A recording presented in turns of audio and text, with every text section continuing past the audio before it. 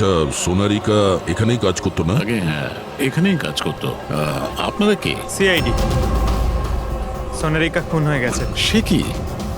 এই জন্যই দুরাত্রি ধরে ও কাজে আসছে না। হ্যাঁ, কিন্তু আমরাও লাশটা পাইনি। আর সাথে সাথে এই এর নাম বকুলেও খুন হয়েছে। আমরা এটা জানতে চাই যে সোনারিকার সঙ্গে এই বকুলের কি সম্পর্ক ছিল। সম্পর্ক কি ছিল তা তো জানি না, তবে হ্যাঁ, এই লোকটা কখনো কখনো আমাদের বারে ওকে নিতে আসতো। এ ব্যাপারে আরো কিছু খবর আপনাদের তেজেই দিতে পারবে স্যার। এই তেজিটাকে? স্যার, এই হলো তেজি। তেজি, সোনারিকা তোমার বন্ধু। এটা বলো যে এই লোকটার সঙ্গে সোনারিকার কি সম্পর্ক ছিল? স্যার, সোনারিকার সাথে বকুলের অ্যাফেয়ার চলছিল। বকুল ওর সমস্ত এক্সপেন্সিভ খরচগুলো দিত, কিন্তু ওর বকুলের বিরুদ্ধে সবসময় কোনো না কোনো অভিযোগ থাকতো। ঠিক কিরকম বলো তো? ওই তো যেমন ধরুন,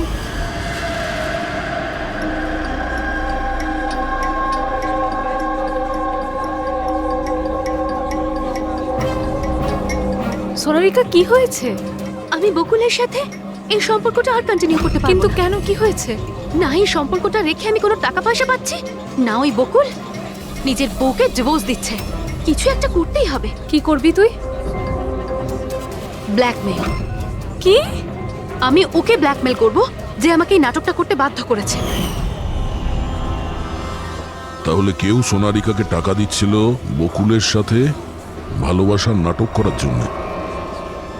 মাস্টারমাইন্ড তাহলে অন্য কেউ? হ্যাঁ, আর ওই মাস্টার মাইন্ডই প্ল্যান করে এই সোনারিকা আর বকুলকে মেরে দিয়েছে। কিন্তু আশিকার ওখানে আসা প্ল্যানের মধ্যে ছিল না। বুঝে উঠতে পারছি না যে এই বকুল নিজের ফ্লাইট ছেড়ে বাড়ি কেন ফিরে আসলো।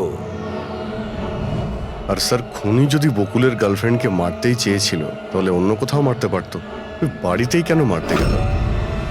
হতে পারে খুনি প্রথম থেকেই জানতো যে বকুলের বাড়িতে কেউ নেই, সেই কারণে ও মিথ্যে কথা বলে সোনারিকাকে ওখানে ডেকেছে, আর সেই সময় বকুল আর আশিকা ওখানে পৌঁছে গেছে।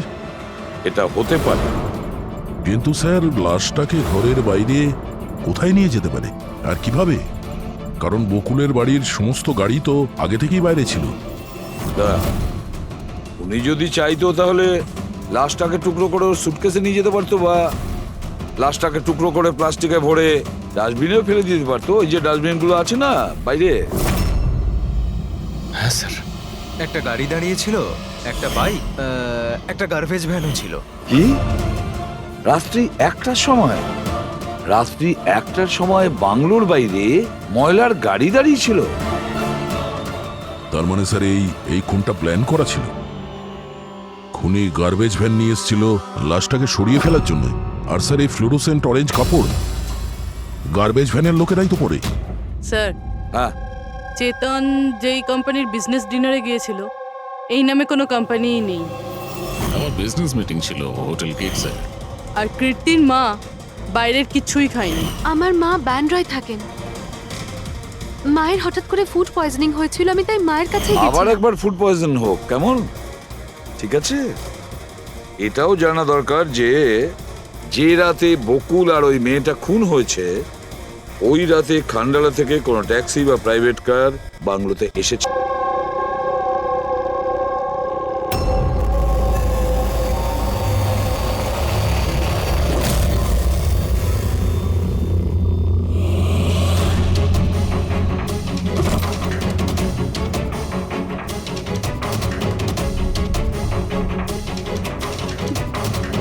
বকুলের সাথে আজকে আমাকে কথা বলতেই হবে, তাতে যা খুশি হয়ে যাক। বকুলের সাথে কথা বলতেই হবে।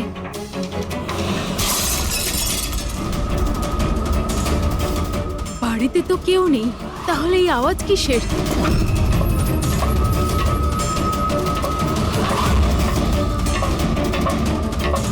কীর্তি, বকুল, কেউ কিছু বলছে না কেন? কীর্তি ভাই, কীর্তি!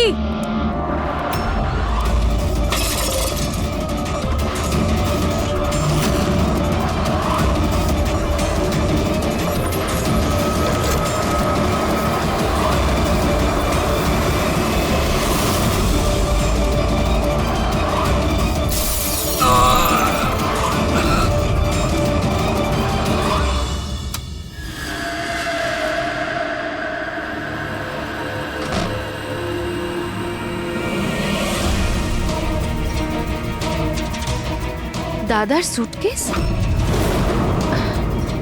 দাদা ব্যাঙ্গালোর যায়নি বুঝি?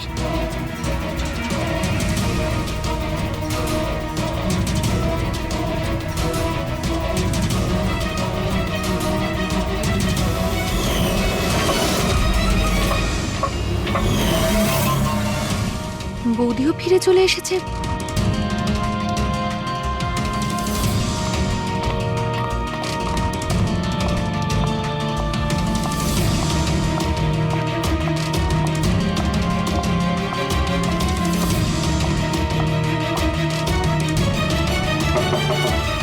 দাদা, বকুলদা, দাদা তুই ব্যাঙ্গালোর যাসনি? বৌদি,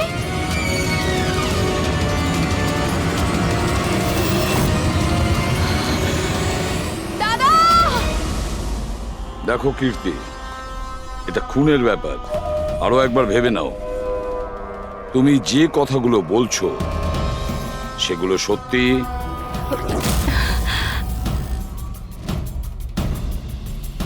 স্যার আপনি, আমাদের মনে হচ্ছে না এই ব্যাপারটা সত্যি। আপনার মনে হওয়া না হওয়াতে কিছু এসে যায় না।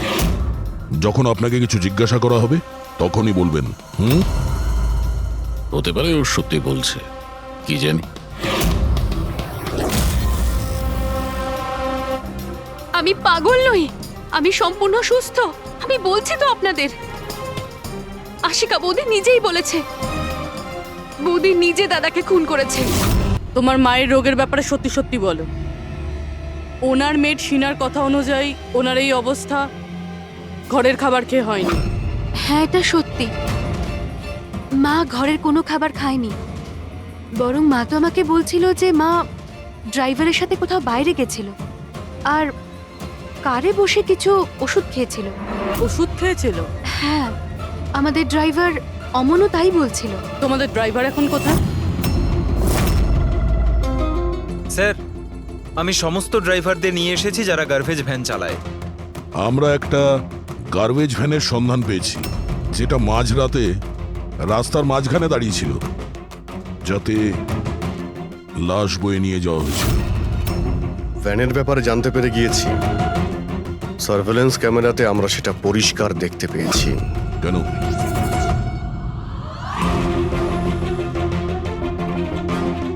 তুমি না ওই ভ্যানের ড্রাইভার? না না স্যার, আমি কিছুই জানি না। আমার ভাই নিয়ে গেছিল এই ভ্যানটাকে, আর এবারে ও সেটাকে কোথায় নিয়ে গেছিল, কেন নিয়ে গেছিল, আমাকে কিছুই বলেনি ও স্যার। ফোন করো কেউ? হ্যাঁ স্যার। হ্যাঁ হ্যালো, হ্যাঁ ভাই কোথায় আছিস রে তুই?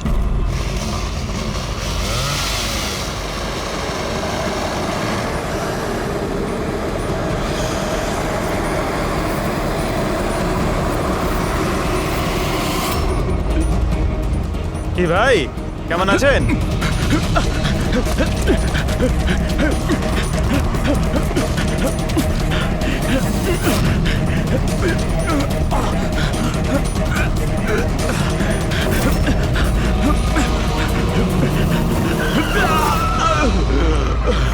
স্যার আমি সব সত্যি কথা বলছি। আমি যা কিছু করেছি ওই ফোন কলের ভিত্তিতেই করেছি। বকুল স্যারের বাংলো থেকে কল করেছিল। কে ফোন করেছিল বকুলের বাংলো থেকে? আমি তো তাকে কখনো দেখিনি, শুধু গলার স্বর শুনেছিলাম। মহিলা ছিল না পুরুষ? স্যার কখনো কখনো মহিলার গলার স্বরেও ফোন আসতো, আর কখনো পুরুষেরও। স্যার সে যেই হোক না কেন, সে বকুলের বাড়ির লোকই। কিন্তু তুই এগুলো করেছিস কেন? কেউ ফোনে কিছু বলে দিল তুই করে দিবি? হ্যাঁ স্যার আমাকে লোভ দেখানো হয়েছিল যে আমার 5 লাখের দেনা শোধ করে দেওয়া হবে যদি ওনার কথা আমি শুনি। তো স্যার আমি লোভে পড়ে গিয়েছিলাম স্যার। আমি কোনো খুন করিনি স্যার, আমি শুধু লাশটার একটা ব্যবস্থা করেছিলাম স্যার। লাশ কোথায়?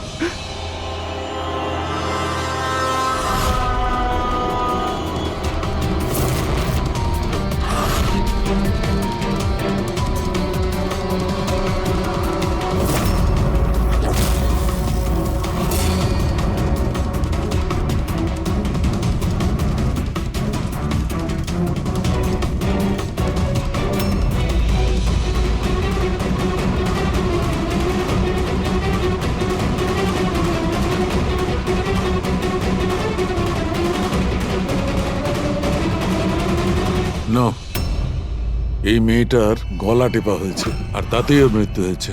এই জন্য এর খুনের কোনো চিহ্ন খুঁজে পাওয়া যায়নি ক্রাইম সিন থেকে। আর এর পায়ের বুড়ো আঙ্গুলের নখটাও ভাঙা রয়েছে।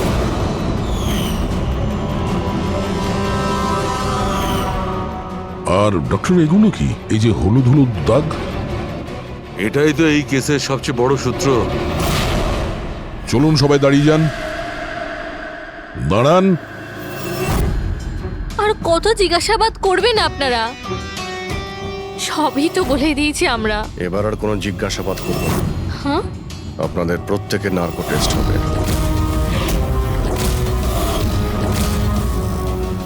Narco test? কিন্তু কেন? কারণ আপনাদের মধ্যে কেউ যে সত্যিটা বলছে না।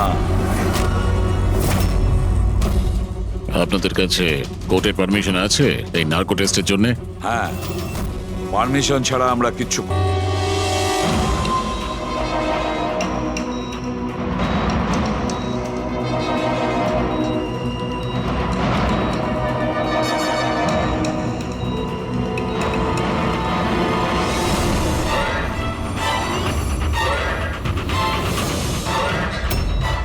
ঘুম আসছে? যা আমি আপনাকে বলবো তার সঠিক সঠিক উত্তর দেবেন, ঠিক আছে?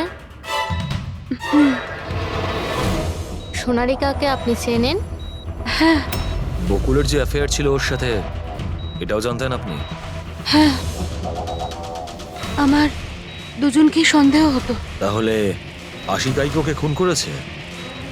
আশিকা তো সোনালিকাকে চিনতই না, তাহলে খুন কি করে করবে?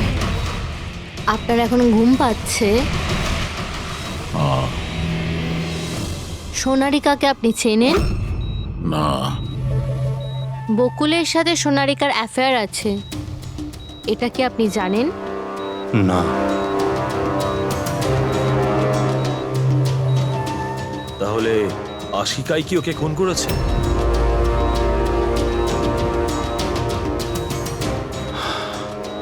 আশিকা সোনালীকে চিনত, আর এই আশিকাই বকুল আর সোনালীকে খুন করেছিল। ও নিজেই এই খুনের ষড়যন্ত্রটা রচনা করেছিল। আশিকা চালচলন কিছুদিন ধরেই খুব অদ্ভুত লাগছিল। এই কথাটা আমি বকুলকে বলেছিলাম। কি হয়েছে স্যার? কিছুই হয়নি নিতিন, শুধু এটাই বলার ছিল টুথ সিরাম অ্যাপ্লাই করলে মানুষ শুধু এটুকুই উত্তর দেয় যতটুকু তাকে প্রশ্ন করা হয়, এর থেকে বেশি কিছু বলে না। ব্যাপারটা হলো মানুষের ব্রেন নিজের মেমোরি শেয়ার করে, কিন্তু ওপিনিয়ন দেয় না, যেটা তুমি দিয়েছো। এখন সব কথাগুলো সত্যি সত্যি বলে দে, নাহলে তোকে আসল সিরামটা দিতে হবে। আসল সত্যিটা মানে আমরা যে ইনজেকশনটা দিয়েছিলাম ওটা আসল ট্রুথ সিরাম ছিল না, ওটা গ্লুকোজ ইনজেকশন ছিল। হোয়াট? তোমাকে আমরা আগেই সন্দেহ করেছিলাম, কিন্তু চেয়েছিলাম সব সত্যিটা তুমি নিজের মুখেই স্বীকার করো। নিতিন, সবকিছু তুমি খুব চতুর ভাবে দিয়েছো, কিন্তু মেয়েটার গলায় যে হলুদ রং লেগেছিল না, সেটাই তোমাকে ধরিয়ে দিয়েছে। সেই হলুদ যেটা বিয়ের সময় তোমার হাতে লেগেছিল। এই যে হলুদ রঙের পার্টিকেলস গুলো দেখতে পাচ্ছ, এইগুলো আসলে হলুদ, আর এই হলুদের সঙ্গে আটা আর তেল মেশানো হয়েছিল। আটা, তেল আর হলুদ। মুখে কোনো হলুদ নেই, শুধু এইখানে, এই গলার কাছে। কোথা থেকে আসতে পারে এই হলুদ? স্যার শিয়া বলছিল যে ওরা খান্ডালা গেছিল বিয়ের জন্য, আর ওখানে গায়ে হলুদের অনুষ্ঠানে যুক্ত হয়েছিল ওরা।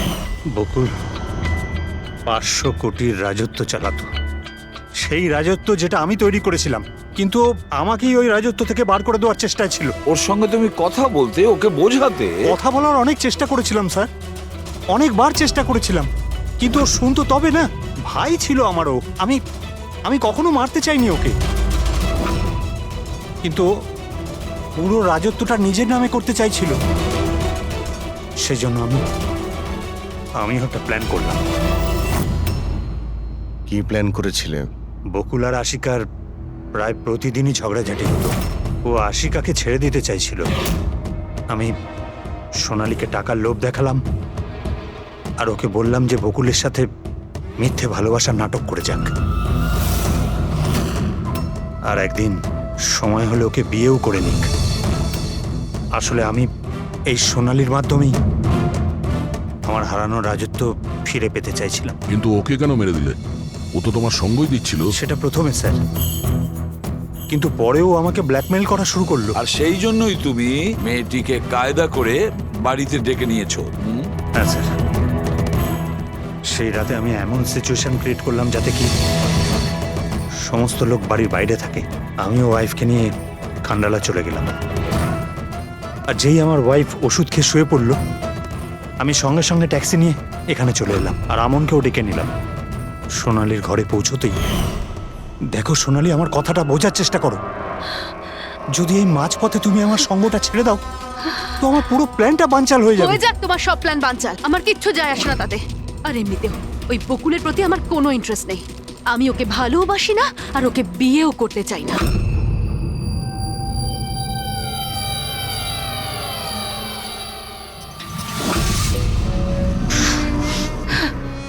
দেখো, যদি তুমি আমাকে সঙ্গ না দাও না তো খুব পস্তাবে, বলে দিলাম। হুমকি আমি দিচ্ছ তুমি আমাকে? হুমকি দিচ্ছ? হ্যাঁ, এমনটাই ভেবে নাও।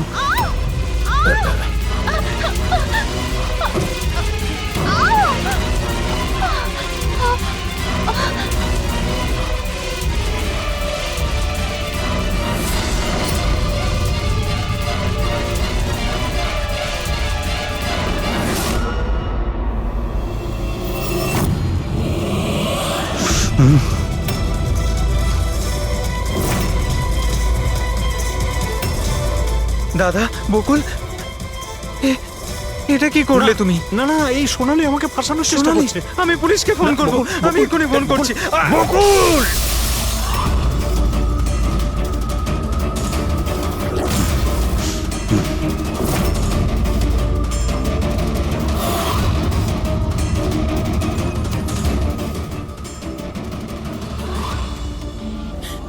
বকুল!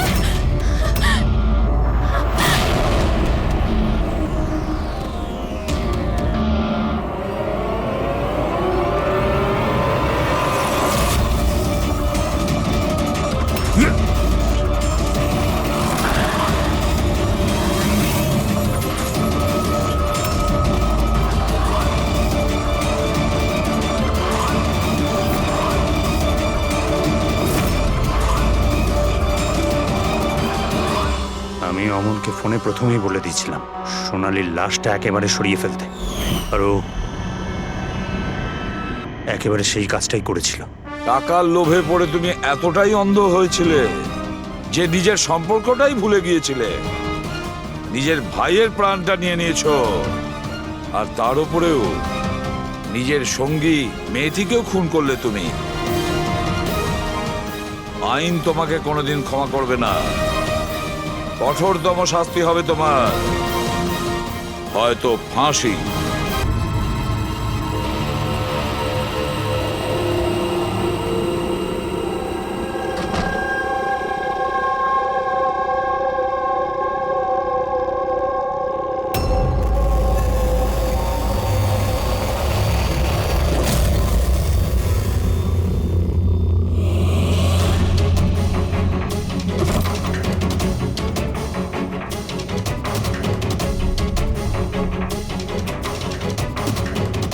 বকুলের সাথে আজকে আমাকে কথা বলতেই হবে, তাতে যা খুশি হয়ে যাক। বকুলের সাথে কথা বলতেই হবে।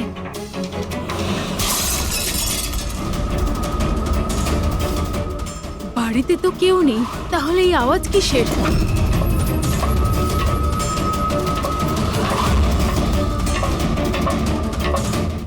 কীর্তি, বকুল, কেউ কিছু বলছে না কেন? কীর্তি, ভাই, কীর্তি!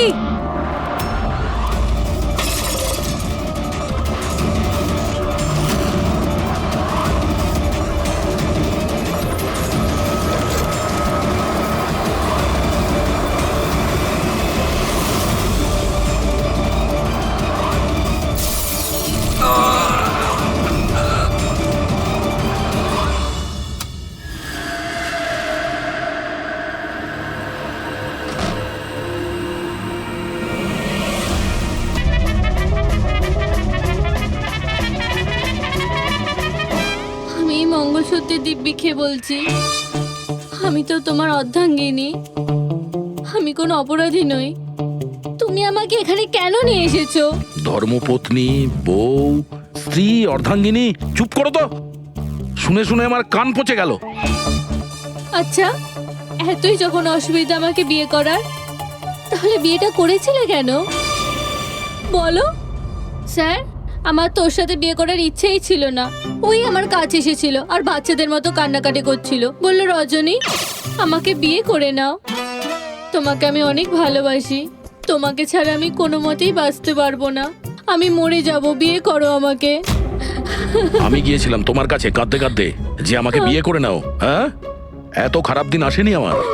হ্যাঁ, মিনিট দয়া, 1 মিনিট। তোমার নাম রজনী, তাই তো? তোমার কাছে কোনো প্রমাণ আছে? কোনো প্রমাণ দয়ার সঙ্গে তোমার বিয়ে হয়েছিল? বান্তুরের ওই পুরোহিত যে আমাদের বিয়ে দিয়েছিল, আর এই ছবিগুলো, আর এই ছবিগুলো কি মিথ্যে? স্যার, ওর ভালোবাসা আমাদের গ্রামের পুকুরের মতো শুকিয়ে গেছে। তোকে বলে দিন আমি ওকে ডিভোর্স দিয়ে দেব, কিন্তু এটা যেন ও না বলে আমাদের এই বিয়েটাই হয়নি। ডিভোর্স? যখন বিয়েই হয়নি তখন কাজ করো, তোমাদের গ্রামে ফোন করো, ওখানে তোমার পরিচিত লোকেরা রয়েছে, ওদের সাথে কথা বলো, স্পিকার ফোন অন করো। আর হ্যাঁ, বিশেষ করে সেই পরিবারের সঙ্গে যেখানে তোমরা স্টে করেছিলে। হ্যাঁ হ্যাঁ স্যার, ফোন করুন করুন, ওদের সামনে আমাদের বিয়ে হয়েছিল, ওরাও এসেছিল আমাদের বিয়েতে। হালুয়া লুচি? হ্যাঁ।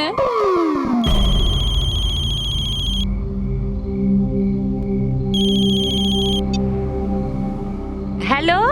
হ্যাঁ কমলা আন্টি, আমি দয়া বলছি মুম্বাই থেকে, চিনতে পেরেছেন? আরে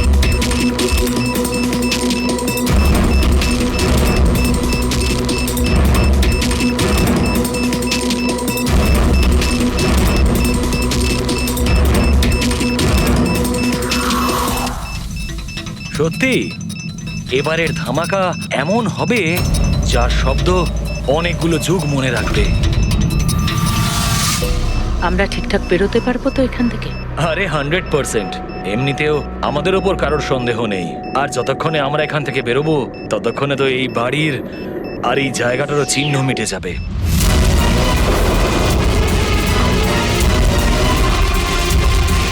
আর একটু দেখো একবার আমার হাতের কারিগরি। কেউ বলতে পারবে এটা নকল পাসপোর্ট?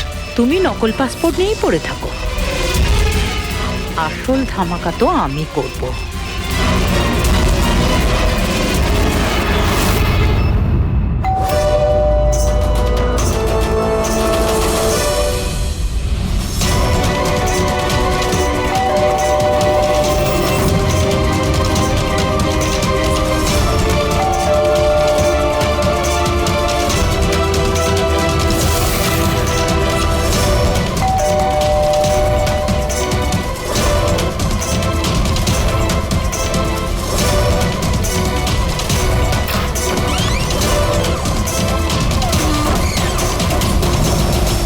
স্যার, এই কুরিয়ারটা আপনার।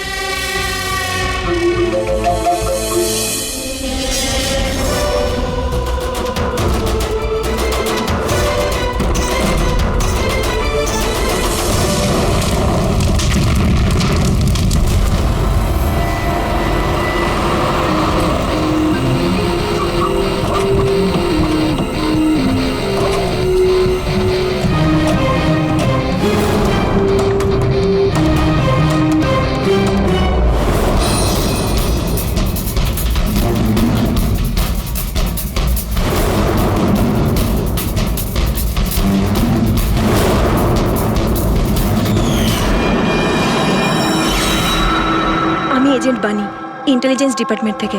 আমি আপনাদের কল করেছিলাম। থ্যাংক গড আপনারা এসেছেন স্যার। স্যার আমার কাছে বেশি সময় নেই। আমাদের দুজন অফিসার, মনিকা আর তার অ্যাসিস্ট্যান্ট, সিলিন্ডার ফাটার ফলে মারা গেছে ওখানেই। আর এটা দুর্ঘটনা নয় স্যার, এটা একটা ষড়যন্ত্র। ব্যাস মনিকার এই ভাগ্নি, এই বাচ্চাটাই রয়েছে এখন। আর স্যার একে ওরা মেরে ফেলবে। আপনি কি করে জানলেন এই ব্লাস্টের ব্যাপারে? স্যার আমাদের অফিসার ওকে বলেছিল যদি কোনো প্রবলেম হয় বা কিছু যদি হয়ে যায় ও যেন কল করে আমাকে এখানে ডাকে। যেই আমি ওর কল পাই সাথে সাথে এখানে চলে আসি। এই বাচ্চাটাকে তুমি নিজের ইন্টেলিজেন্স ডিপার্টমেন্টে কেন রাখলে না? আর এই তোমার এই অপারেশনে হেড কে? স্যার আমাদের হেড নিজেই নিখোঁজ, জানি না উনি বেঁচে আছেন কিনা। নিশ্চয়ই আমাদের দলেই কেউ বেইমান আছে, যার জন্যই অপারেশন ফেল হয়েছে। সেই বেঈমান তুমি নও তো? আমাদের সামনে ভালো সাজার নাটক করছো। স্যার আমি যদি বেইমানি করতাম তাহলে আপনাদের কল করে কেন ডাকতাম? হতে পারে এখনো আমার উপর নজর রাখা হচ্ছে। স্যার আমাকে যেতে হবে। কোথাও তুমি যাবে না যতক্ষণ না আমাদেরকে বলছো যে তোমার অপারেশনে ফান্ডাটি কে। টেররিস্টদের যারা ফান্ড দিচ্ছিল তাদের এগেনস্টেই ছিল এই অপারেশনটা। আর আমার মনে হয় হয়তো আমাদের অফিসাররা জানতে পেরে গিয়েছিলেন আসল ক্রিমিনাল কে। আমাকে ওরা কিছু বলার আগে ওরা মারা যায়। স্যার স্যার এই হলো আমাদের অফিসাররা। ঠিক আছে, বাচ্চাটাকে আমাদের কাছে রেখে যাও। যদি তোমার সঙ্গে যোগাযোগ করতে চাই তাহলে কিভাবে করব? স্যার এটা গেস্ট হাউসের নাম্বার। আমার সাথে যদি আপনারা কথা বলতে চান আপনারা শুধু আমার নাম বলে যোগাযোগ করাতে বলবেন, ওরা ঠিক যোগাযোগ করিয়ে দেবে। ঠিক আছে।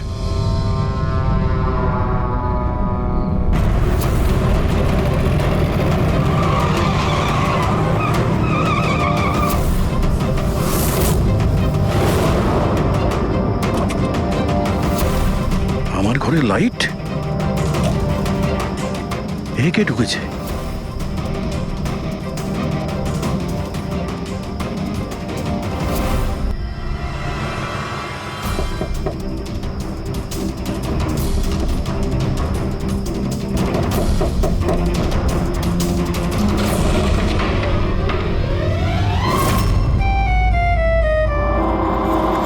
হাত উপরে। তুমি কে? এটা কি করছো তুমি? তুমি তোমার বউয়ের উপর গুলি চালাবে? কি বউ? ম্যাডাম মনে হচ্ছে আপনি কোনো ভুল ঠিকানায় চলে এসেছেন। এটা আমার বাড়ি, আপনি বাড়ির ভেতরে ঢুকলেন কি করে? হ্যাঁ, আপনার নাম কি? রজনী কুমারী, মিসেস রজনী দয়া কুমারী। 3 মাস আগে তুমি আমাকে বিয়ে করেছিলে বন্টুরে, ওখান থেকে পালিয়ে গেলে, তাও আবার কাউকে কিছু না জানিয়ে। বন্টুরে? তো আমি মিথ্যে বলছি? আমি একটা ভালো পরিবারের মেয়ে, সেখানে কিনা আমি এক পরপুরুষকে বলবো তুমি আমার বর? হ্যাঁ কি বলছো কি তুমি? তুমিই তো আমাকে তোমার ঠিকানা দিয়েছিলে আর ফোন নাম্বারও তো দিয়েছিলে। আমি দিয়েছিলাম? তো মাথা খারাপ আছে তোমার? মনে হয় তুমি জানো না আমি একজন সিআইডি অফিসার। কি হয়েছে দয়া? তুমি তোমার বউয়ের উপর চিৎকার করছো কেন? আরে সুধা আন্টি, এ আমার বউ নয়। দেখো তোমরা সবাই দেখো। নাও মা, জল খেয়ে নাও। আরে কেন বলছো ও তোমার বউ নয়? তুমি জানো কতক্ষণ ধরে ও তোমার জন্য অপেক্ষা করছিল? আমি দেখলাম, তাই আমি ওকে তোমার বাড়ির ডুপ্লিকেট চাবি দিলাম। আমার বাড়ির চাবি আপনি যে কেউকে কি করে দিয়ে দিলেন? কাউকে? যে কেউ মানে? ও তোমার অপরিচিত নাকি? ও তোমার নিজের স্ত্রী। তো বিয়ে করে নিলে লুকোচ্ছ কেন? তবে তোমার চয়েসটা খুব সুন্দর। আরে আমি তো ভাবতেই পারিনি যে আপনি এই বয়সে বিয়ে করবেন। আরে আন্টি, আমি কোনো বিয়ে এই বয়সে মানে কি? তুমি সিআইডি, তার মানে এটা নয় যে ওর ওপর তুমি তোমার রাগ দেখাবে। কাকিমা, ও যখন আমাকে বকে আমি তখন সেটা সহ্য করে নি, আর এখন তো বলছি আমি তো স্ত্রী না।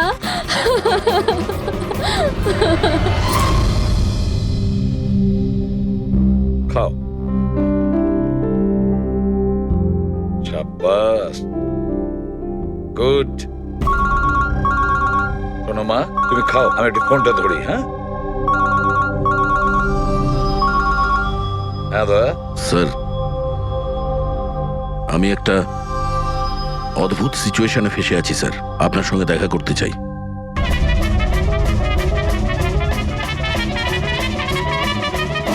আমি এই মঙ্গলসূত্রের দিব্যি খেয়ে বলছি, আমি তো তোমার অর্ধাঙ্গিনী, আমি কোনো অপরাধী নই। তুমি আমাকে এখানে কেন নিয়ে এসেছো? ধর্মপত্নী, বউ, স্ত্রী, অর্ধাঙ্গিনী, চুপ করো তো, শুনে শুনে আমার কান পচে গেল। আচ্ছা, এতই যখন অসুবিধা আমাকে বিয়ে করার, তাহলে বিয়েটা করেছিলে কেন বলো? স্যার, আমার তোর সাথে বিয়ে করার ইচ্ছেই ছিল না। ওই আমার কাছে এসেছিল আর বাচ্চাদের মতো কান্নাকাটি করছিল, বললো রজনী আমাকে বিয়ে করে নাও, তোমাকে আমি অনেক ভালোবাসি, তোমাকে ছাড়া আমি কোনো মতেই বাঁচতে পারবো না, আমি মরে যাব, বিয়ে করো আমাকে। আমি গিয়েছিলাম তোমার কাছে কাঁদতে কাঁদতে যে আমাকে বিয়ে করে নাও। হ্যাঁ, এত খারাপ দিন আসেনি আমার। এক মিনিট দয়া, 1 মিনিট। তোমার নাম রজনী, তাই তো? তোমার কাছে কোনো প্রমাণ আছে? কোনো প্রমাণ দয়ার সঙ্গে তোমার বিয়ে হয়েছিল? বান্তুরের ওই পুরোহিত যে আমাদের বিয়ে দিয়েছিল, আর এই ছবিগুলো, আর এই ছবিগুলো কি মিথ্যে? স্যার, ওর ভালোবাসা আমাদের গ্রামের পুকুরের মতো শুকিয়ে গেছে। তোকে বলে দিন আমি ওকে ডিভোর্স দিয়ে দেব, কিন্তু এটা যেন ও না বলে আমাদের এই বিয়েটাই হয়নি। ডিভোর্স? যখন বিয়েই হয়নি তখন কাজ করো, তোমাদের গ্রামে ফোন করো, ওখানে তোমার পরিচিত লোকেরা রয়েছে, ওদের সাথে কথা বলো, স্পিকার ফোন অন করো। আর হ্যাঁ, বিশেষ করে সেই পরিবারের সঙ্গে যেখানে তোমরা স্টে করেছিলে। হ্যাঁ হ্যাঁ স্যার, ফোন করুন করুন, ওদের সামনে আমাদের বিয়ে হয়েছিল, ওরাও এসেছিল আমাদের বিয়েতে। হালুয়া লুচি? হ্যাঁ।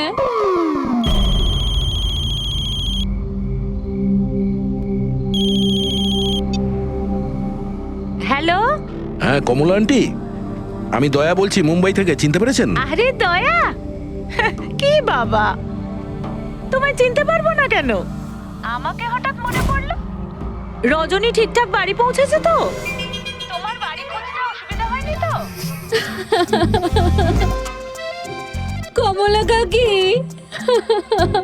ওকে তো আমি পেয়ে গেছি, কিন্তু ও তো আমাকে ভুলেই গেছে। কিন্তু ও বলছে যে ও আমাকে নাকি চেনেই না, আমাকে নাকি কোনোদিন দেখেইনি, আমাদের নাকি বিয়েটাই হয়নি। কি হয়েছে দয়া? রজনী কোনো ভুল করেনি তো? সেটাই বলছি দয়া। বন্ধ করে দাও।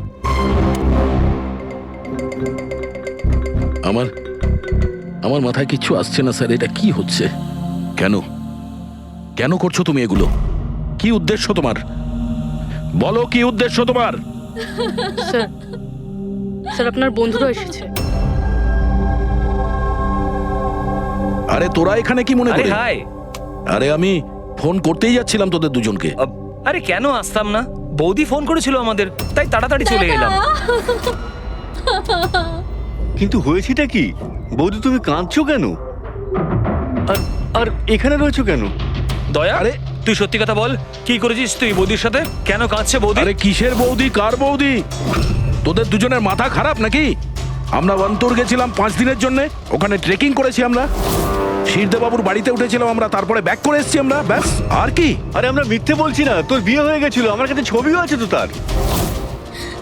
দেখুন না দাদা, ও নাকি বলছে আমাদের নাকি বিয়েই হয়নি, ও নাকি আমাকে চেনেই না, ও আমাকে ভুলে গেছে, ও তো কিছুই মনে করতে পারছে না। এই দেখুন, এই দয়া, এই বৌদি, কমলা কাকি, আর এই তো আমরা। আরে এরকম নকল ফটো বানানো তো খুবই সহজ, কম্পিউটারে যে কেউ বানাতে পারে। হ্যাঁ, তো কম্পিউটারের সাথেই তো বিয়ে বিয়ে খেলা খেলতে পারতো, তা আমার জীবনটা কেন বরবাদ করলো বলুন? এবার আমি তোমাকে কোর্টে নিয়ে যাব। আমি লেখাপড়া শিখেছি, হ্যাঁ, তুমি আমাকে দুর্বল ভেবো না।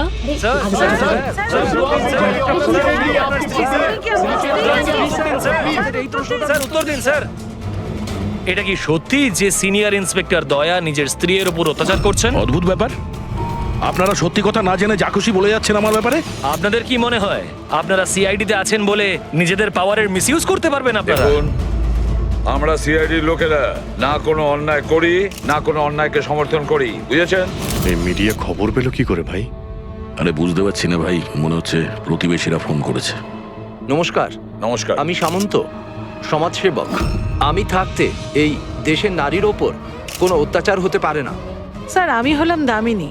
মহিলাদের অধিকারের লড়াইয়ের জন্য আমি একটা এনজিও চালাই। এই মেয়েটাকে ওর অধিকার নিশ্চয়ই পাইয়ে দেব। Yes sir. হ্যাঁ, ঠিক আছে, ওকে। স্যার স্যার দাঁড়ান স্যার, স্যার উত্তর দিন স্যার। স্যার, রজনী ম্যাডাম দয়া কি আপনাকে মারধর করেছে? আপনি আমাদেরকে বলতে পারেন। আমি আপনাদের কাছে একটাই অনুরোধ করব, আমার স্বামীকে ফিরিয়ে দিন আপনারা, আমার দয়াকে ফিরিয়ে দিন আপনারা। দেখো, কেসটা অনেকটা গড়িয়ে গেছে। তুমি এই রজনীকে সঙ্গে নিয়ে নিজের বাড়িতে নিজের সঙ্গে রাখতে হবে। আর শোনো, হেড অফিসকে বোঝাতে হবে কোনো রজনীর সঙ্গে তোমার এই যে লেডিস সোশ্যাল ওয়ার্কার আছে না, দামিনী ম্যাডাম, সেও তোমার সঙ্গে থাকবে, এটা দেখার জন্য যে দয়া রজনীর সঙ্গে কোনো মিসবিহেভ করছে না। মানে স্যার, আমাকে আমার বাড়িতে এই কার্টুনগুলোর সাথে থাকতে হবে?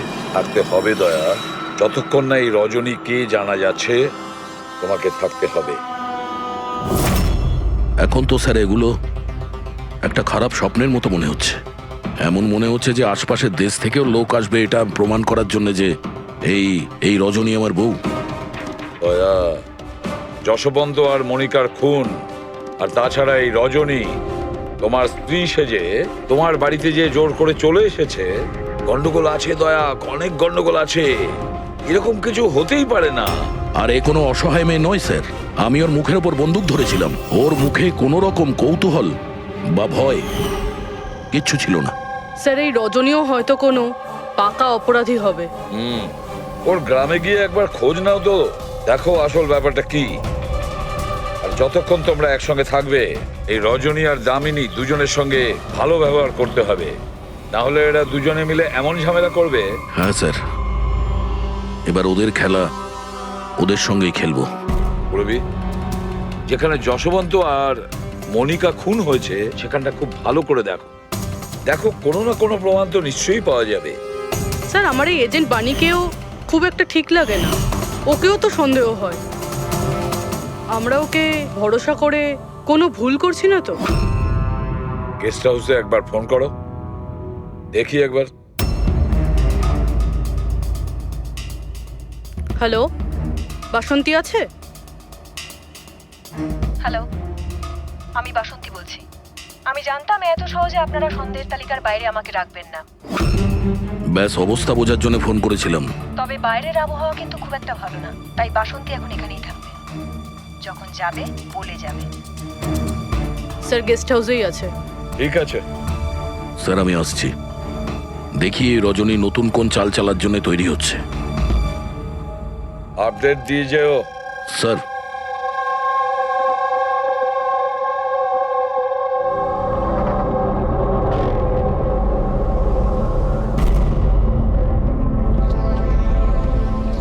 আরে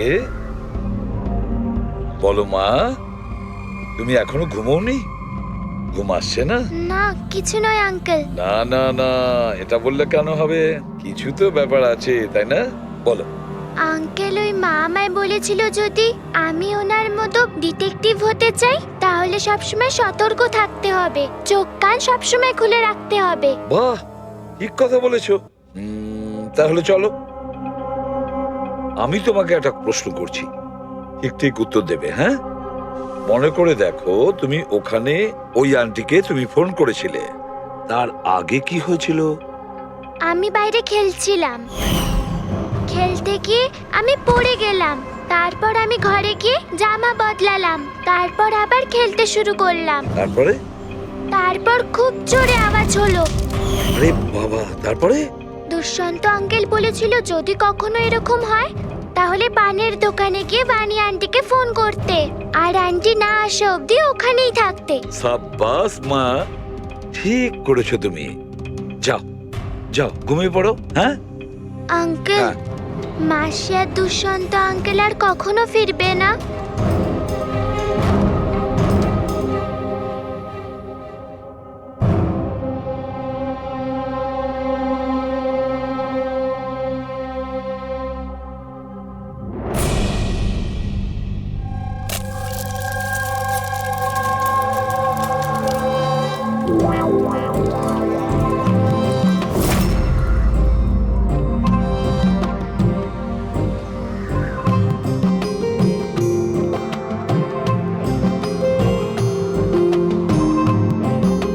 ওগো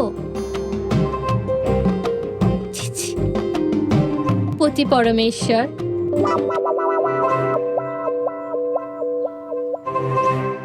এই নাও তোমার প্রিয় ডিম ভাজা। আরে বাহ, আপনি তো আমার পছন্দর খুব খেয়াল রাখেন। হ্যাঁ, তুমি বললে আমি আমার নিজের হাতে খাইয়ে দেবো তোমাকে। না না না, তার কোনো প্রয়োজন নেই। আমি নিজেই আমার হাত দিয়ে খেয়ে নেব। আচ্ছা, তাহলে আমাকেও খাইয়ে দাও না। নিশ্চয়ই।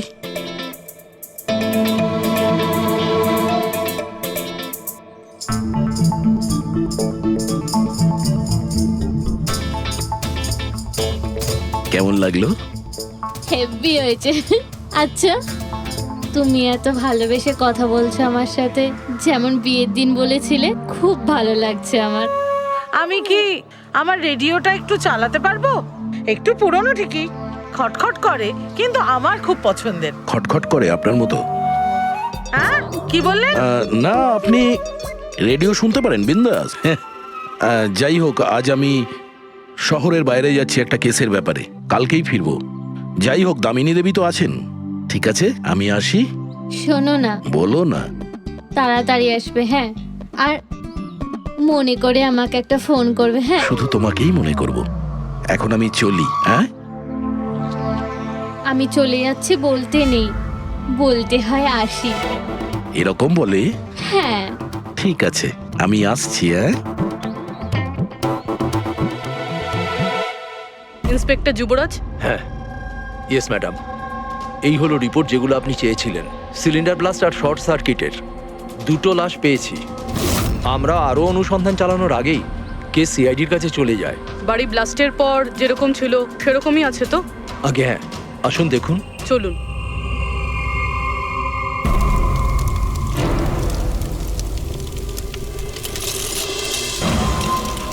এজেন্ট বাণীকে কোনো ইম্পর্টেন্ট ইনফরমেশন দিতে চেয়েছিল মনিকা আর দুষ্যন্ত, কিন্তু ইনফরমেশন দেওয়ার আগেই ওদের মৃত্যু হয়।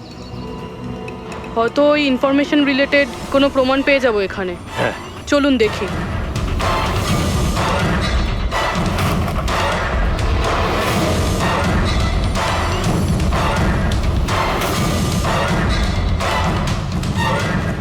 এটা কি মুভার্স আর প্যাকার্সের প্যাকেট এখানে? এটা তাদের হতে পারে যারা ওদের ওপরে হামলা করেছিল। হতে পারে, আবার এটাও হতে পারে এখানে ওই বোমটা ছিল, যেটা ফাটলে এরকম মনে হবে সিলিন্ডার ব্লাস্ট হয়েছে। ব্যাকইয়ার্ড চেক করি।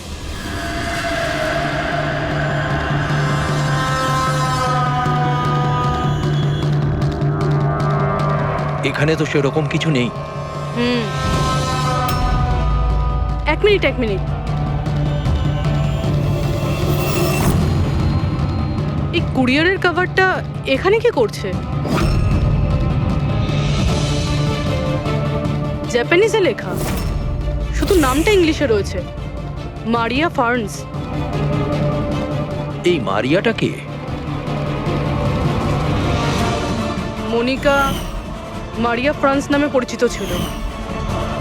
এবার এই কুরিয়ারটা যেই নিয়ে আসুক না কেন, সেই মিশনটার ব্যাপারে নিশ্চয়ই কিছু না কিছু তো জানেই। স্যার, এগুলো দয়ার বিয়ের ছবি। এগুলো নকল নয় স্যার, একদম আসল। কোনো ভুল হচ্ছে না তো তোমার? না স্যার, এক্সপার্টকে দিয়ে চেক করিয়েছি, উনিই বললেন এগুলো আসল। দয়া তো কখনো মিথ্যে বলে না স্যার, বুঝতে পারছি না। সেটাই তো অভিজিৎ, এবার আমার মাথায় কিছু কিছু আসছে। মনে হচ্ছে কেউ দয়ার মুখের আদলে মাস্ক তৈরি করে সেটা পরে ওই রজনীর সঙ্গে বিয়ের ছবি তুলেছে। সে যেমন চতুর তেমন বুদ্ধিমান। ও জানতো যে নকল ফটো ধরা পড়ে যাবে। স্যার, তবে এই ছবিগুলো কাছ থেকে তোলা হয়নি স্যার, সমস্ত ছবিগুলো দূর থেকে তোলা হয়েছে। হ্যাঁ, কিন্তু এই রজনী, এর আসল পরিচয়টা কি? স্যার, রজনী কুমারী ওর আসল নাম। ওর আধার কার্ড, ওর প্যান কার্ড, ড্রাইভিং লাইসেন্স সব আমি চেক করেছি। ওর বান্তুরেই জন্ম আর সাতারাতেই পড়াশোনা করেছে। যদি এটাই হয় তাহলে অভিজিৎ, এই রজনীর কীর্তিকলাপ প্রমাণ করা বেশ কঠিন হয়ে দাঁড়াবে। শহরে এমন কোনো ইভেন্ট কি হতে চলেছে? স্যার, একটা ইভেন্ট আছে যেটা ওদের কাজের। কি? স্যার, একটা কনভয় যাবে 5 টন সোনা নিয়ে বেসরকারি ব্যাংকের উদ্দেশ্যে। তো হতে পারে যে আতঙ্কবাদীরা নিজেদের ফান্ডের জন্য লুট করার চেষ্টা করবে। একদম ঠিক বলেছো অভিজিৎ, এটাই ঘটেছে।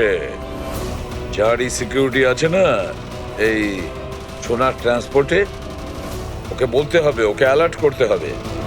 আর ওকে এটাও বলতে হবে আমাদের নজরে থাকবে সোনার দেওয়া নেওয়ায়। আর অভিজিৎ, আমি মিশিকার কাছে যাচ্ছি, আর তুমি আর দয়া ওখানে চলে যাও আর খুব ভালো করে জিজ্ঞাসাবাদ করো। কিছু না কিছু তো নিশ্চয়ই আমাদের হাতে আসবে ওখান থেকে।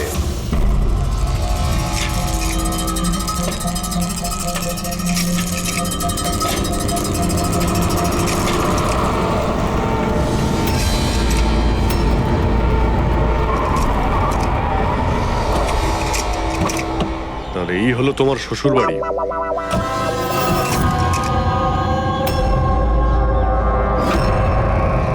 তুমিও ভাই আমার পেছনে লাগছো? হ্যাঁ, আরে না বলে বিয়ে করলো তো বন্ধুরা বলবেই।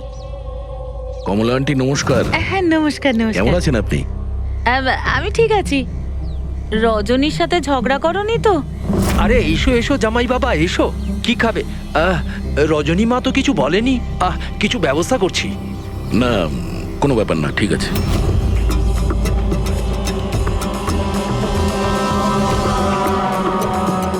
অভিজিৎ, গ্রাম একদম ফাঁকা, বাচ্চাগুলোকে কোথাও দেখা যাচ্ছে না। আগের বার তো অনেক সরগরম ছিল জায়গাটা।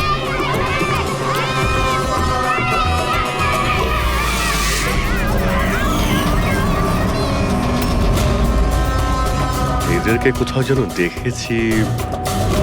এটা তো সেই রিপোর্টার না যে ব্যুরোতে এসেছিল?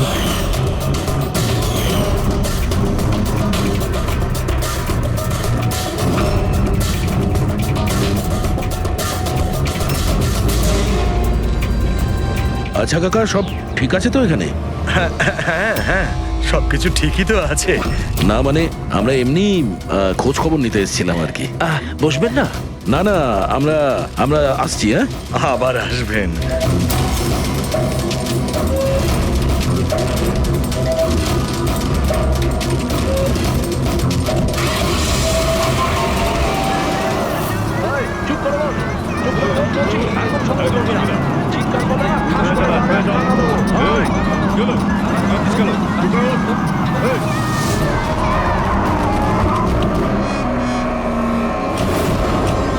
শোনো, একটা কাজ করো, বাচ্চাদের ছেড়ে দিয়ে এসো গ্রামে।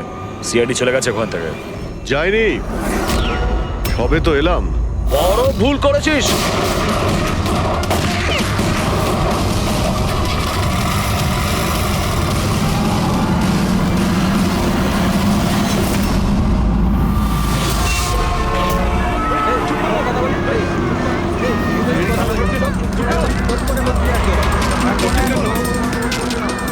আরে সিআইডি অফিসার গাড়ি চালাচ্ছে নাকি?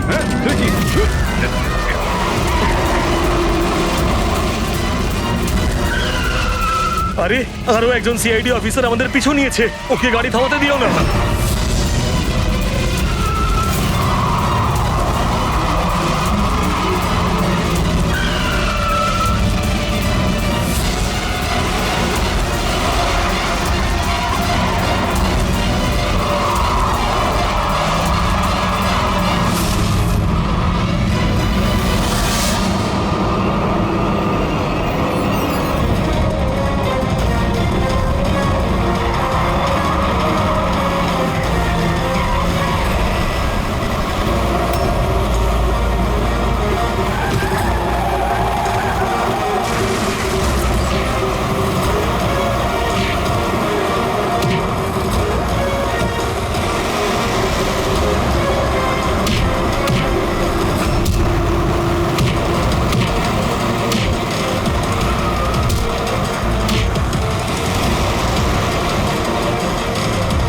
তোমাদের কি মনে হয়েছিল আমরা একা মরবো?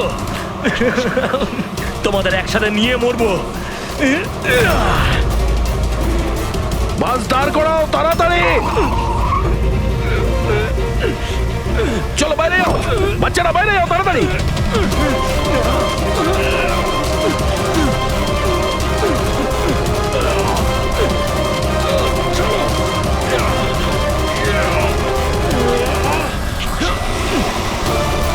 দয়া, অভিজিৎ,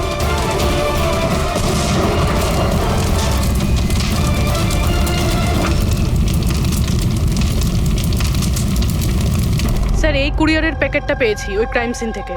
এখানে নাম অ্যাড্রেসটা ইংলিশে আর জাপানিজে কিছু লেখা রয়েছে। কি হতে পারে?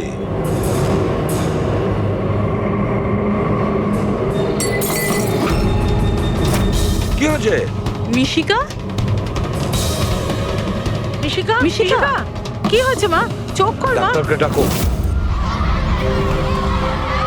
দেখো দেখো, বাচ্চারা এসে গেছে, বাচ্চারা এসে গেছে।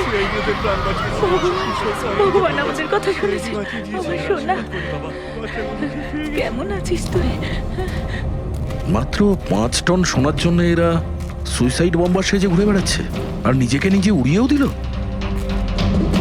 দেখি ক্রিমিনাল ডেটাবেস থেকে কি পাওয়া যায়। এদের ইনফরমেশন তো অফিসে পাঠিয়ে দিয়েছি। যতদূর মনে হয় এরা সব পুরনো পাপই হবে। আচ্ছা ডক্টর, এখন বাচ্চা মেয়েটার অবস্থা কিরকম? ঋষিকার দুধে খুব বেশি পরিমাণে ঘুমের ওষুধ ছিল। হ্যাঁ,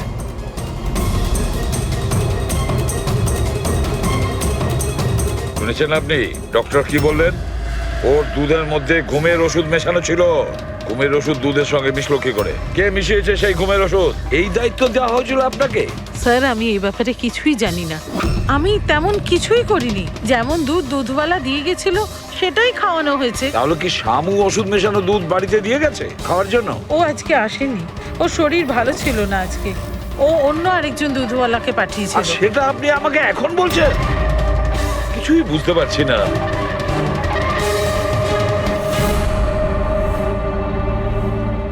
এর ক্ষতি করার জন্য কেন উঠে পড়ে লেগেছে এরা? এ কি ক্ষতি করেছে ওদের? স্যার হয়তো ওই লোকটা রজনীর গ্যাংয়ের লোক হবে। কিন্তু এই মেয়েটার সাথে কিসের কানেকশন সেটাই তো বুঝলাম না। স্যার এই প্রশ্নের উত্তরটা ওই কুরিয়ারের প্যাকেটে থাকতে পারে। ওখানে জাপানিজে কিছু লেখাও ছিল। ট্রান্সলেট করে দেখতে হবে। আমাদের ক্ষমা করে দেবেন, আমাদের কিছু করার ছিল না। না না ঠিক আছে, আমরা বুঝতে পারছি।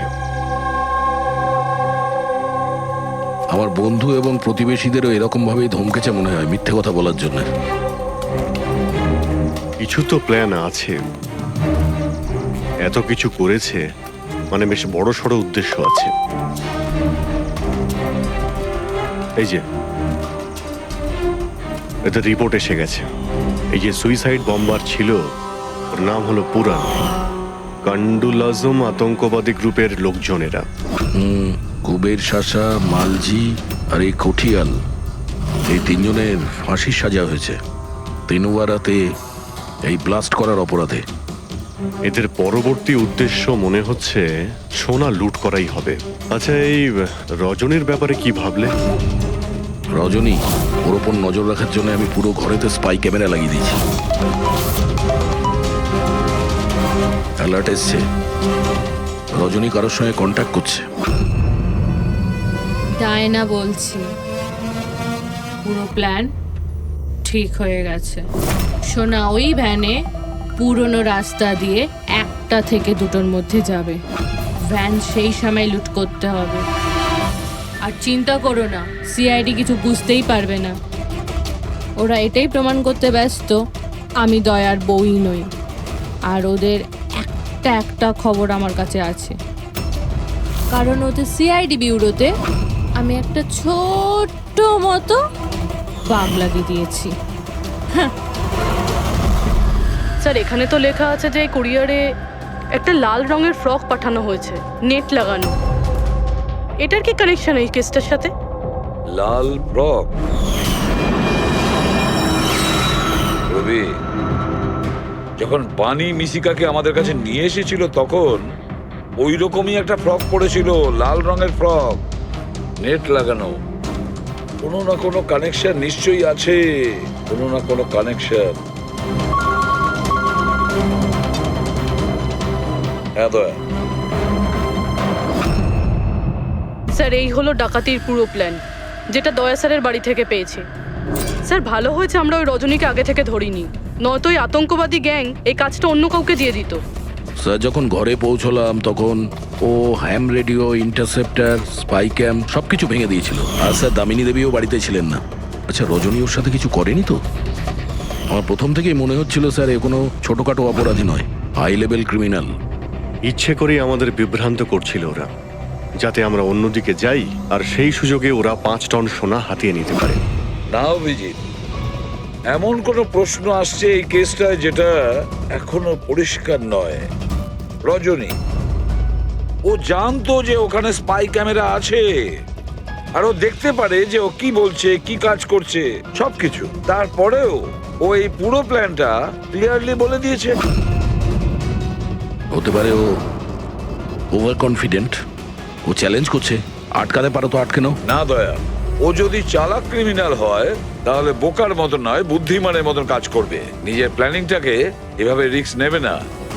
স্যার ওদের সোনা লুটের খবর আমরা পেয়েছি কারণ ওরা চেয়েছিল যে এই খবরটা আমরা পাই, কিন্তু কেন? সেটাই তো। রবি, একটা কাজ করো, তুমি ঘরে গিয়ে মিশিকার ওই লাল রঙের ফ্রকটা নিয়ে এসো। এই ফ্রকটা মনিকার জন্য জাপান থেকে এসেছিল। এটার সঙ্গে সোনা ডাকাতির কোনো কানেকশন নেই, কিন্তু কোনো বিশেষ ব্যাপার আছে এই ফ্রকে, কোনো বিশেষ ব্যাপার। এখন তো মনে হচ্ছে এদের উদ্দেশ্য শুধু সোনা লুট করাই নয়, বরং অন্য কিছু। না হলে দুষ্যন্ত আর মনিকার মতো এজেন্ট এই ডাকাতির জন্য নিজেদের প্রাণ দিত না। স্যার এই ফ্রকে কোথাও তো কিছু লেখা নেই। কোথাও এই ফ্রকটা ফলস নয় তো স্যার, আমাদের লক্ষ্য থেকে হটানোর জন্য? মেড ইন ইন্ডিয়া, এখানেও একটা লেভেল, মেড ইন ইন্ডিয়া। এক মিনিট, দেখো এর পাশে একটা কি লেখা রয়েছে।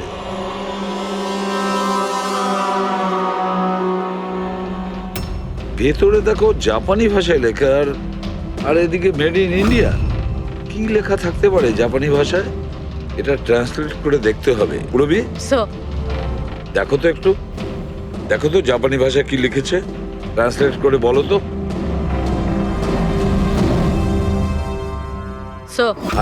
স্যার এটা ট্রান্সলেশন। ও মাই গড,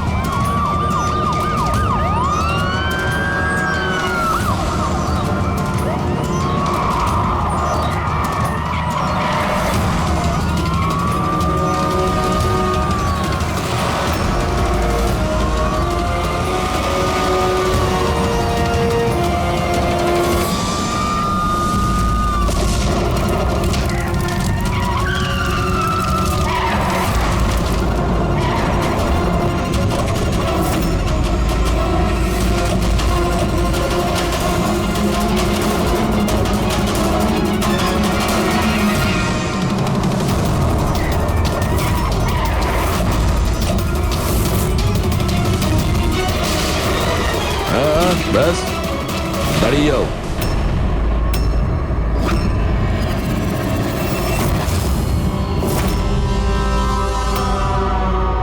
মনিকা, তুমি? হ্যাঁ, এজেন্ট মনিকা। আতঙ্কবাদীদের সাথে হাত মিলিয়ে দেশের সঙ্গে বেইমানি করছো?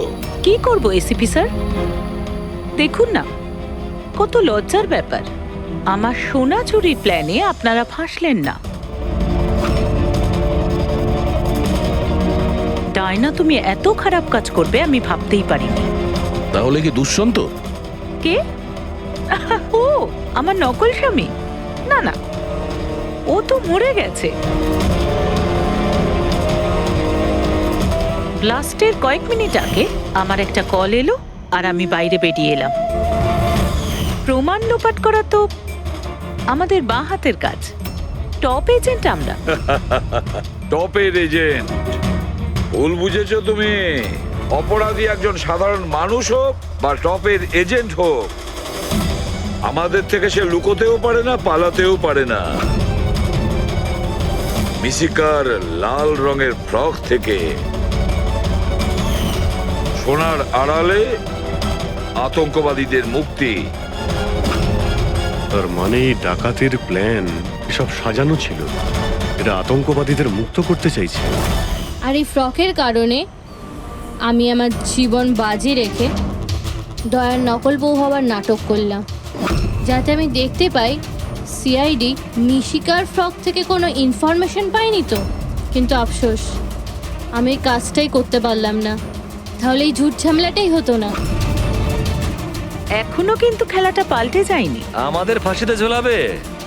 এবার দেখো এখান থেকে বেরোনোর পর আমি তোমাদের সাথে কি করি। করবে তো তখন যখন এখান থেকে যেতে পারবে। ঠাকুরপো, তুমি না একটু বেশি কথা বলো। চলো গাড়ির ভেতরে চলো, চলো। আর যেতে না চাইলে একবার পেছনের দিকে তাকাতে পারো।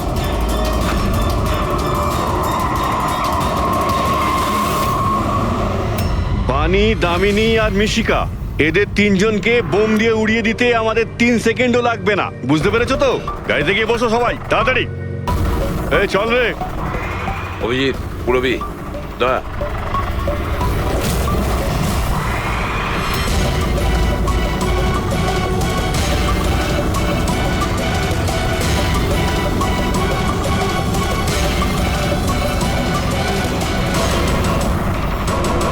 চল চল ওদিকে, দাঁড়া এখানে। তোমাদের কি মনে হলো আমরা এখানে এমনি এসছি? তৈরি না হয়েই? প্রাণেশ্বরী, এসো। আপনার আসল শ্বশুর বাড়ি যাওয়ার সময় এসে গেছে। চলুন। চলো তাড়াতাড়ি উঠে পড়ো। চলো চলো চলো। তুমি ঠিক আছো মা? হ্যাঁ। সবাইকে তো ধরেছো, কিন্তু আসল খেলোয়াড় তো এখনো ঠিক জায়গায় লুকিয়ে বসে আছে। ওকেও ধরে ফেলবো স্যার, কিন্তু এই মিশিকার কি হবে স্যার? স্যার, একটা অরফানেজের কিছু লোকেদের আমি চিনি। মিশকার ব্যাপারে আমি ওদের সঙ্গে কথা বলতে পারি। না, আমি আঙ্কেলের সাথেই থাকবো। আচ্ছা ঠিক আছে, কোনো ব্যাপার না, তুমি আমাদের সাথেই থাকবে, ঠিক আছে? চলো।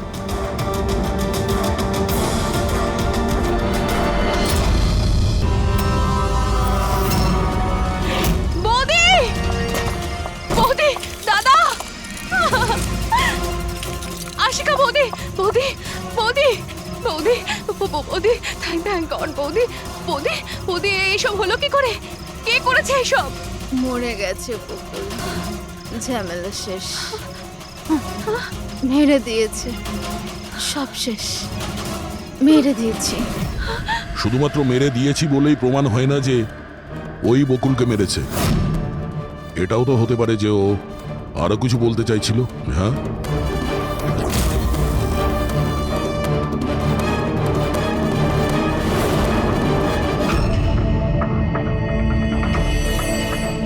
একটা কথা বলো, বকুল যখন খুন হয় তখন তোমরা সবাই কোথায় ছিলে? কোথায় ছিলে তোমরা? আমি আর নিতিন তো এক বন্ধুর বিয়েতে খান্ডালা গিয়েছিলাম। কীর্তির ফোন এলো আর আমরা তাড়াতাড়ি চলে এলাম।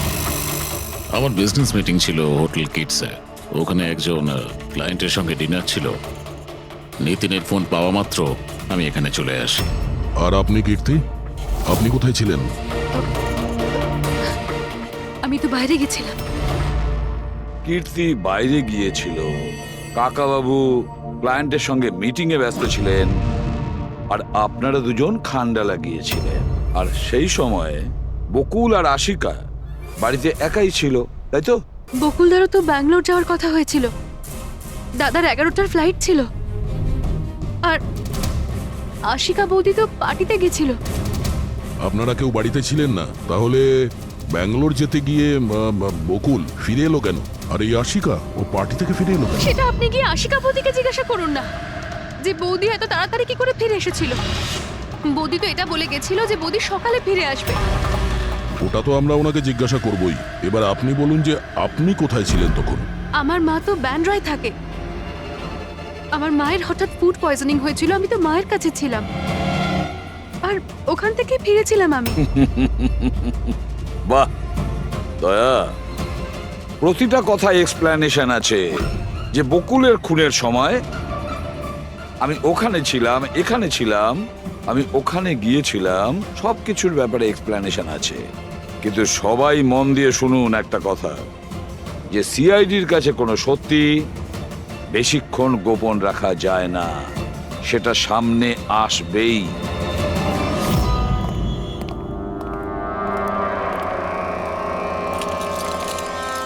হ্যাঁ, ওই যে পুরো বডির মধ্যে কাঁচের টুকরো গেঁথে ছিল।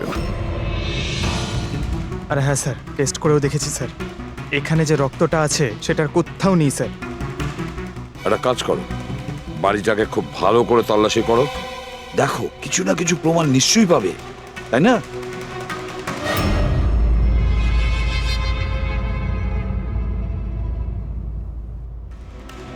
কিছু বললো কি?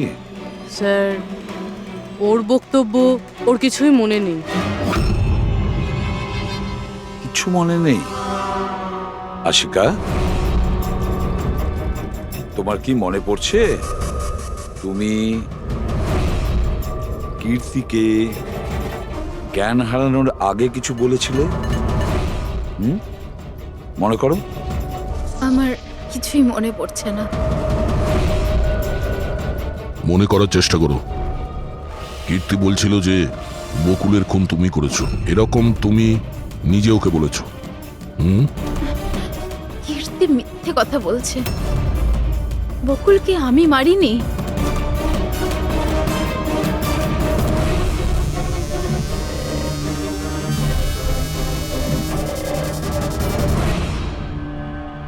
স্যার, এ আবার স্মৃতিশক্তি চলে যাওয়ার অ্যাক্টিং করছে না তো? হতে পারে, কারণ বকুল এখানে রক্তাক্ত অবস্থায় পড়ে রয়েছে, আর ওর মাথায় সামান্য একটু আঘাত, ব্যাস অজ্ঞান হলো কি করে? সেটাই তো, এর থেকে সত্যিটা বের করতে হবে। কি করে করবেন স্যার?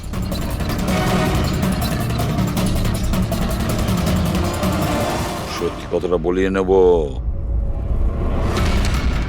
নার্কো টেস্টের মাধ্যমে।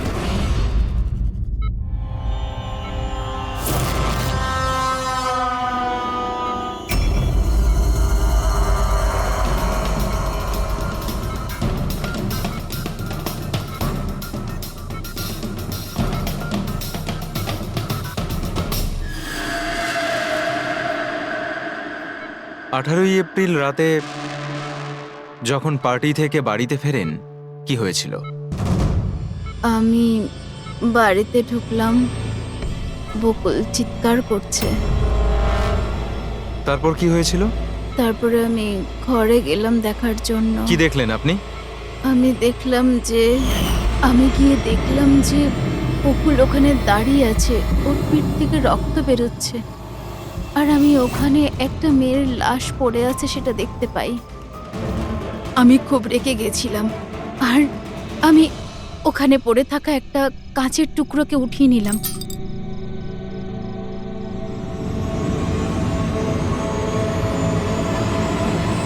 আর আমি বকুলকে মেরে দিলাম, আর তখনই আমি আমার ঘাড়ে একটা প্রেশার অনুভব করলাম।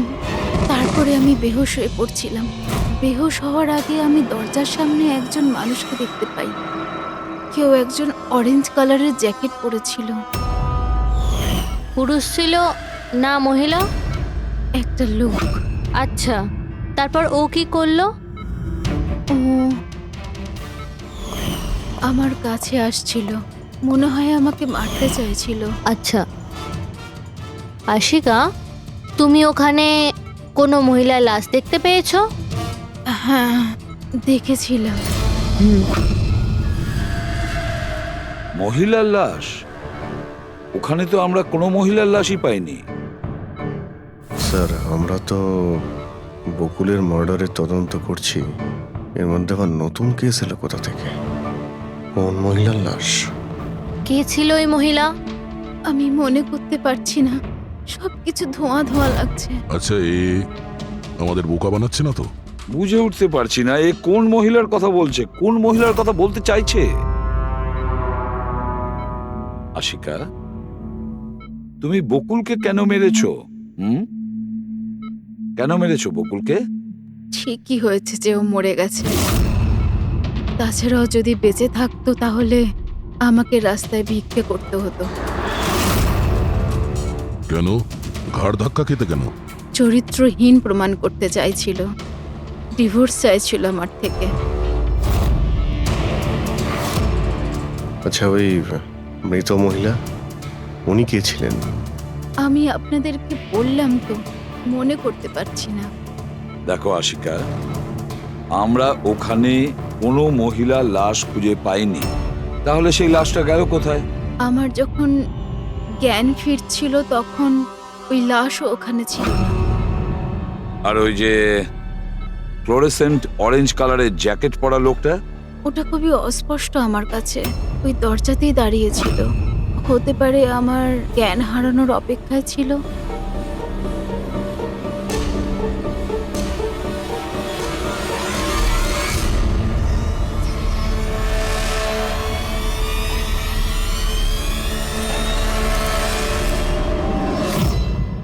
এখন আশিকা ওটাই বলছে যেটা ওর মনে হচ্ছে, কিন্তু টেস্টে আশিকা সবটা সত্যি বলেছে। Thank you. ওয়েলকাম। স্যার, ও যদি নার্কো টেস্টে ঠিক বলে তাহলে তো আমাদের ওই মরা মহিলাটা সম্পর্কে জানতে হবে। মনে হচ্ছে ক্রাইম সিনে দ্বিতীয়বার যেতে হবে, ভালো করে আবার চেক করব। কোনো না কোনো প্রমাণ তো নিশ্চয়ই আমরা পাবো। স্যার, এই মেশিন কি কিছু স্পেশাল? এই মেশিনটা যে কোনো ছোট কোনো প্রমাণ খুঁজতে সক্ষম, যেরকম মাইক্রোবস, যেটা সাধারণত ধোঁয়াতে মিশে যায়। আর এই যে মেশিনটা না, একটা ঘরের মধ্যে একদম ক্ষুদ্র থেকে ক্ষুদ্রতর ডাস্ট পার্টিকলস, সেগুলো দিয়ে ওই জ্যাকেট পরা লোকটা সম্পর্কে আমাদের জানিয়ে দেবে যে এই ঘরের মধ্যে ছিল। খুব ভালো।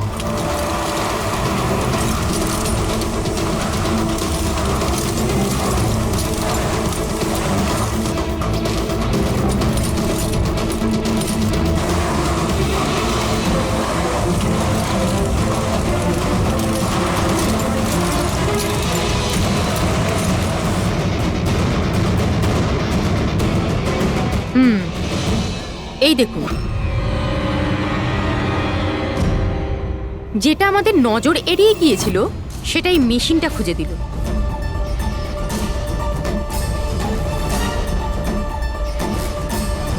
এটা তো মনে হচ্ছে কারণ নয়, তাও আবার নেল পেন্ট লাগানো, ডেফিনেটলি কোনো মহিলারই। কিন্তু স্যার, এখানে কিভাবে? হয়তো দৌড়োদৌড়ি, হাতাহাতিতে কোনো জিনিসের সঙ্গে ধাক্কা লাগে আর নখটা পড়ে যায়। বাড়ির সবাইকে চেক করো তো, ওদের কারণ হয়তো।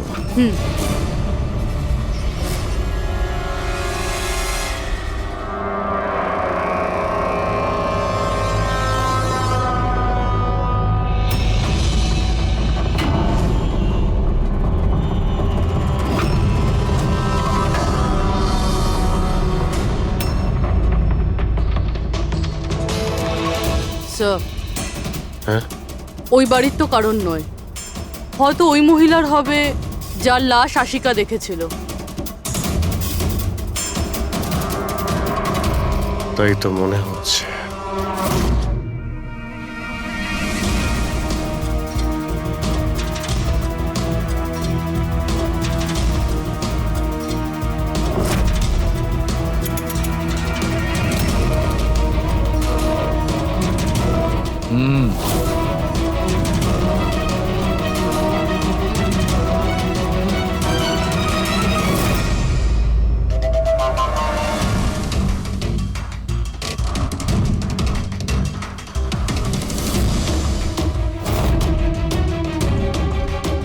এই ব্যাপার সরকা রাইট। জানতে পেরেছো এই নখ থেকে এটা কার? স্যার এই নখটা ডিএনএ কোনো ফ্যামিলি মেম্বারের সঙ্গে ম্যাচ করে। কিন্তু একটা কথা জানা গেছে বস, এই নোকটা যারই হোক না কেন ও একজন মহিলা আর তার বয়স 20 থেকে 25 বছর। 20 থেকে 25 বছরের মহিলা? আর একটা কথা,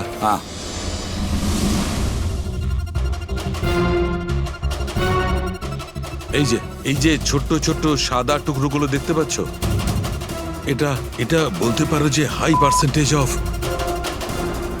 নখ থেকে পেয়েছি। এই মেয়েটা ড্রাগ এডিক্ট ছিল? হ্যাঁ, এটা ওদের পরিবারের কারণ নয়, বাইরের কারণ। স্যার তার মানে যদি কেউ বাইরে থেকে আসে তাহলে কোনো গাড়ি, অটো বা ট্যাক্সি করেই নিশ্চয়ই আসবে। হ্যাঁ, খোঁজ নিয়ে দেখতে হবে রিক্সাওয়ালা, ট্যাক্সিওয়ালা বা ওদের মতো কেউ ওই মহিলাকে বাড়িতে ছেড়ে দিয়ে এসেছিল কিনা। স্যার ওই আশিকা বলছিল কোনো সাফাই কর্মী অরেঞ্জ কালারের জ্যাকেট পরেছিল ওখানে। বেহুশ হওয়ার আগে আমি দরজার সামনে একজন মানুষকে দেখতে পাই, কেউ একজন অরেঞ্জ কালারের জ্যাকেট পরেছিল। ও কে, কোথা থেকে এসেছিল, কোথায় উধাও হয়ে গেল, ওর ব্যাপারে খোঁজ নিতে হবে। স্যার যত ড্রাগ পেডলার্স আছে ওদের কাছে জানতে হবে যে কত মহিলা এই হাই ডোজের ড্রাগস নেয়। অভিজিৎ, একটা কাজ করো, রিক্সাওয়ালা আর ট্যাক্সিওয়ালার কাছে খোঁজ নাও যে ওনাকে বাড়িতে ছেড়ে দিয়ে এসেছিল কিনা, আর মিসিং পার্সনস রিপোর্ট চেক করো। শহরে যতগুলো ড্রাগ পেডলার আছে না, সবার কাছে গিয়ে খোঁজ নাও, দেখো ওরা এমন কোনো মহিলাকে চেনে কিনা যে হাই কোয়ালিটি ড্রাগ ব্যবহার করে। আর আমরা গিয়ে ওদের বাড়ির লোকের সঙ্গে কথা বলি, দেখা যাক ওরা কোথায় যায়, কি করে ওই ঘটনার সময়।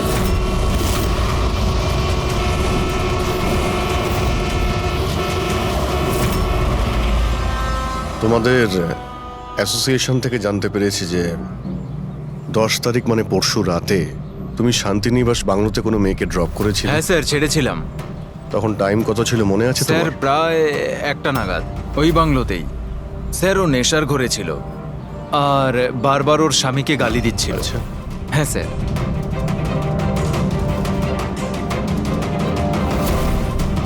ওই মেয়েটা কি এ ছিল? হ্যাঁ স্যার, এই মেয়েটা ছিল।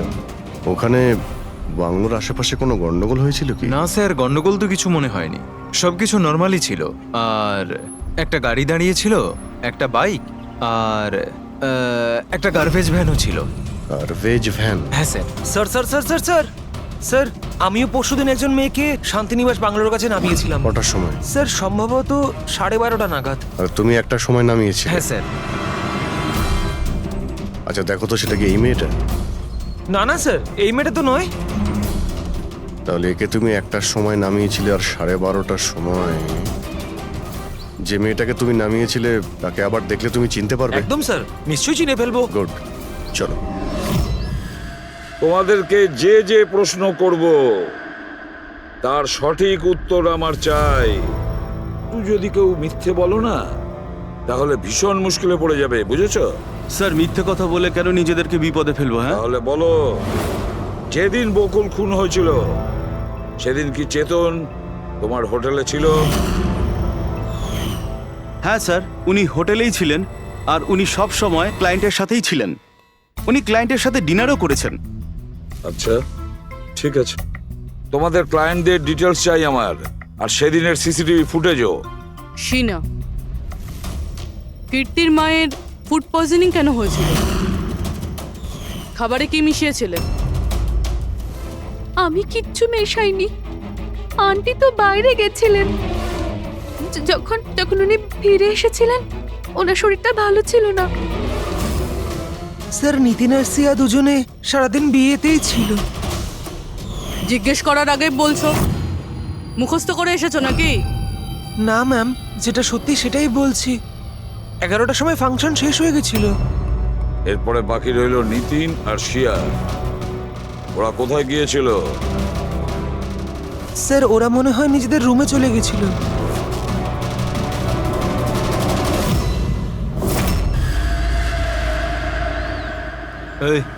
এই মাল কোথায় পাওয়া যাবে?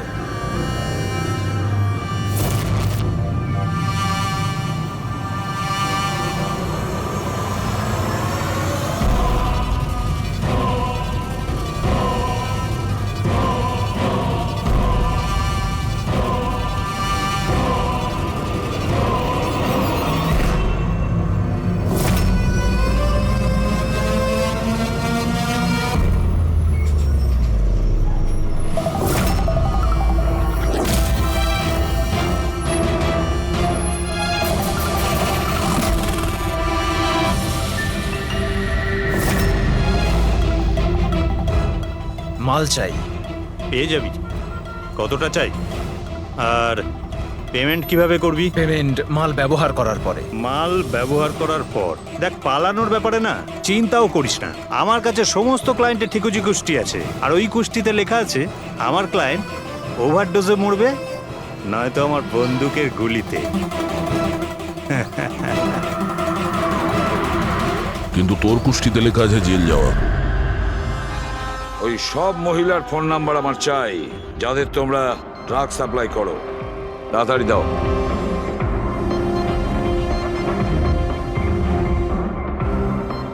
পুরবি, দেখো তো একটু কল করে এই সব নম্বরে, দেখো কেউ আবার উধাও হয়ে যায়নি তো।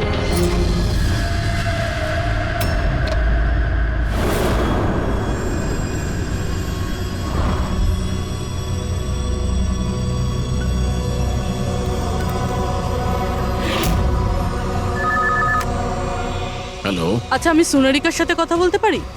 দেখুন, ও তো দুদিন ধরে কাজে আসছে না। কি? এ নিয়ে তো আমাদেরও চিন্তা হচ্ছে। দুদিন ধরে?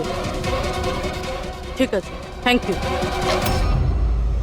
স্যার। হ্যাঁ স্যার, ডায়েরিতে যে ছবিগুলো ছিল ওর মধ্যে থেকে এই মেয়েটা নিখোঁজ। এই মেয়েটার নাম সোনারিকা, আর এ একটা বারে কাজ করে। ও দুদিন কাজে যায়নি। একে দেখে বলো তো, এ কি তোমার ক্লায়েন্ট ছিল? হ্যাঁ স্যার। তুমি কি এই মেয়েটাকে নামিয়েছিলে? হ্যাঁ স্যার, এই ছিল, এই মেয়েটাই। আশিকা নিশ্চয়ই একে দেখেছিল। বকুলের ফ্যামিলির সবাইকে ভেতরে নিয়ে এসো। একটু মন দিয়ে দেখুন এই ফটোটা। এই সেই মেয়েটা যার লাশ আপনাদের ঘরে পাওয়া গেছে। আপনারা চেনেন নাকি? হ্যাঁ না স্যার। আমি দেখেছি স্যার, বকুল তার সাথে 2 মাস আগেই। বকুলের সঙ্গে দেখা হয়েছিল 2 মাস আগে? কোথায় দেখেছিলে? একটা হোটেলের বাইরে, আর দাদা বলেছিল ইনি দাদার ক্লায়েন্ট। স্যার, কোনো ড্রাগ অ্যাডিক্টেড বারে কাজ করা কোনো মহিলার সঙ্গে বকুল ছিল, আর এনাদের বলেছে ওই মহিলা ওর ক্লায়েন্ট। কেন কেন মিথ্যে বলেছে ও?